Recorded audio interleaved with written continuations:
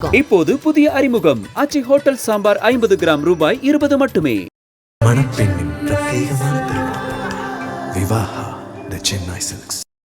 GT Holidays, South India's #1 travel brand. You know you are special when you're with GT Holidays. சர்வேக்கு போயிருந்தோம் sir. வந்து இவ்வளவு அராஜகம் பண்றீங்க, உங்களுக்கு அரசியலே வந்து உட்காரல. நீங்க எப்படி டிவிக்கு தான் நீங்க ஓட்டு போடணும், விஜய்க்கு தான் நீங்க ஓட்டு போடணும்ன்றாங்க. சென்னை பாரிமுனை பகுதியில் தமிழக வெற்றிக்கழக நிர்வாகிகள் தேர்தலுக்காக சர்வே எடுக்க வீடு வீடாக சென்றுள்ளனர்.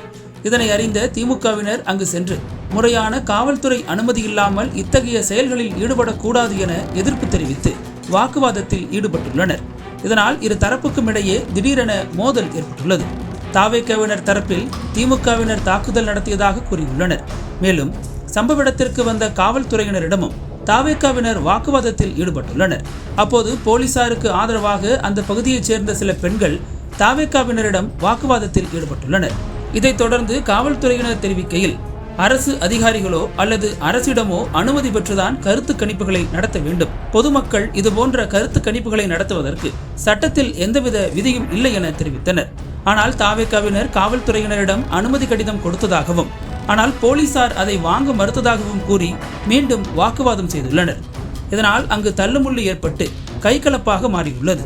அதில் தாவேகாவை சேர்ந்த 4 மாத கர்ப்பிணி பெண் உட்பட 5 பேர் காயமடைந்ததாக ஸ்டான்லி அரசு மருத்துவமனையில் சிகிச்சைக்காக அனுமதிக்கப்பட்டனர்.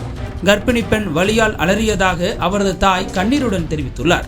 இதனிடையே தாவேகா தேர்தல் மேலாண்மை பிரிவு பொதுச் செயலாளர் ஆதவ் அர்ஜுனா மற்றும் இணை பொதுச் செயலாளர் CTR நிர்மல்குமார் மருத்துவமனைக்கு சென்று காயமடைந்தவர்களிடம் நேரில் விசாரணை நடத்தி ஆறுதல் தெரிவித்தனர். பின்னர் இந்த சம்பவம் குறித்து காவல் நிலையத்தில் புகாரும் கொடுத்தனர். இந்த தாக்குதலுக்கு பின்னணியில் அமைச்சர் சேகர்பாபு இருப்பதாகவும், 100க்கும் மேற்பட்ட ரவுடிகளை வைத்து அவர் தாக்குதலை நடத்தியதாகவும் ஆதவ் அர்ஜுனாவும் CTR நிர்மல்குமாரும் பரபரப்பு குற்றச்சாட்டுகளை முன்வைத்துள்ளனர். ஆனால் அமைச்சர் சேகர்பாபு இந்த குற்றச்சாட்டுகளை மறுத்துள்ளார்.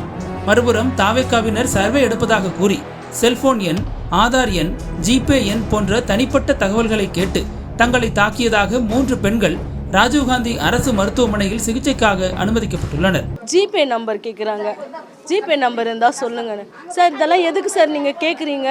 பிடிச்சி தள்ளி விட்டானுங்க சார், மாரில் அப்படியே குத்தி விட்டானுங்க. என்னால் முடியல சார் எனக்கு. இப்படி 2 தரப்பிலும் மாறி மாறி குற்றச்சாட்டுகள் முன்வைக்கப்பட்டு வருகின்றன. இந்த சம்பவத்திற்கு கண்டனம் தெரிவித்துள்ள தாவேகா தலைவர் விஜய், ஆளும் கட்சியின் தோல்வி பயத்தால் ஏற்பட்ட அராஜகம் மக்கள் தக்க பாடம் புகட்டுவார்கள் என தெரிவித்துள்ளார். இந்த சம்பவம் தாவேகா மற்றும் திமுகவினரிடையே பெரும் பரபரப்பை ஏற்படுத்தியுள்ளது. விஜயின் அறிக்கை வெளியான நிலையில் அமைச்சர் சேகர்பாபு இதுகுறித்து செய்தியாளர்களிடம் பேசுகையில், பொதுமக்களுக்கும் தாவேகாவினருக்கும் தான் சண்டை. பொதுமக்கள் பாதிக்கப்பட்டு தாக்குதலுக்கு உள்ளாக்கப்பட்டு ராஜீவ்காந்தி மருத்துவமனையில் சிகிச்சை பெற்று வருகின்றனர். ஆனால் நீங்கள் தாவேகாவினர் சொன்னதையே பதிவு செய்து வருகிறீர்கள். உண்மை நிலையை களத்திற்கு சென்று விசாரியுங்கள். அதேபோல பாதிக்கப்பட்டு ராஜீவ்காந்தி மருத்துவமனையில் அனுமதிக்கப்பட்டிருப்பவர்கள் யார் என்பதையும் விசாரியுங்கள். முழுக்க முழுக்க பொதுமக்கள் மட்டுமே. இது பொதுமக்களுக்கும் அந்த கட்சியை சார்ந்தவர்களுக்கும் இடையே ஏற்பட்ட மோதல் என்கிறார் அமைச்சர் சேகர்பாபு.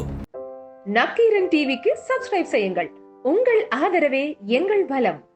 ஆசிரியர்களுக்கு நண்பனாகவும் மாணவர்களுக்கு ஆசானாகவும் திகழும் தேர்வு வழிகாட்டி. ஒவ்வொரு பாடத்திற்கும் அனுபவமிக்க ஆசிரியர்களின் துல்லியமான தெளிவான விடைகள். CNC இருக்கு, தேர்வு பயம் எதற்கு? இது தீரன் பப்ளிஷிங் ஹவுஸ் விற்பனை வெளியீடு.